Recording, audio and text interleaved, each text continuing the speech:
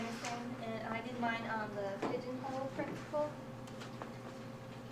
In 1834, the German mathematician Johann Dirichlet, he made the first statement about it, and then he called it that weird German word translated to English as the drawer principle, and it's also been called the Dirichlet principle after him too. And then in 1940, Raphael Robertson first used it in the phrase in a serious mathematical journal. And to put it simply, if we have M pigeonholes and N pigeons, you can be sure that at least some of the houses have more than one pigeon if N is greater than M. And there's kind of a picture that shows you how there's two in one. I'll need to talk a little louder. This is really noisy. Okay. There's two kind of different versions for the pigeonhole principle. If n plus 1 objects are arranged in n places, there must be at least 2 objects in the same place. And then there's kind of a stronger version. If n objects are arranged in m places, there are at least n divided by m objects in the same place.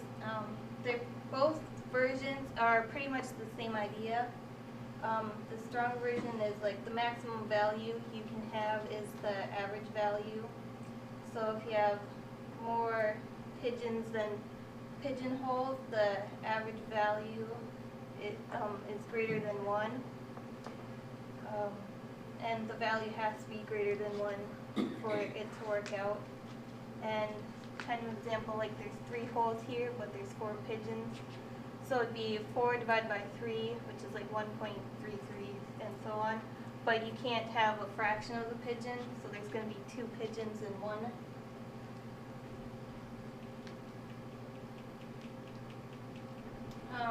It's used in a lot of things for like, it's used from computer data compression,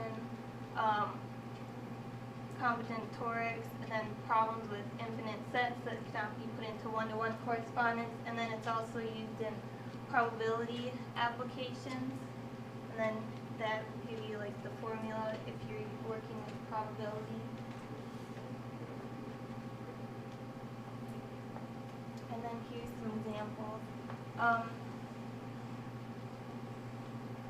Okay, there's at least, if there's kind of prove that there's at least 2 people in New York City with the same amount of hairs on their head, and there's like more than 8 million people in New York City and far less than a million hairs on the head. So according to the pigeonhole principle, like if let the number of hairs be the pigeonholes and let the number of people be the pigeons. So like n is greater than m, and you can see that 8 million is far greater than 1 million. So that's how that would work out. And then another one is like if you pick 5 cards from a deck, then at least 2 cards would be the same suit. And once again, think of like the cards as pigeons and the suits as the pigeonholes. And 5 is greater than 4, or if you want to use the stronger version, 5 divided by 4 is 1.25, so that's greater than 1. And you can't have a fraction, so 2 cards have to be at least the same suit. And then you can even use the pigeonhole principle to find similarities in DNA. And then it's also related to the birthday paradox.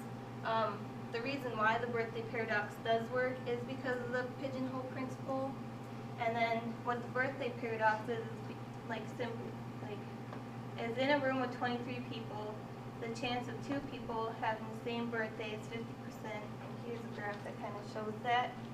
And then to get to the probability of 100%, you need the pigeonhole principle because there's 366 possibilities for a birthday.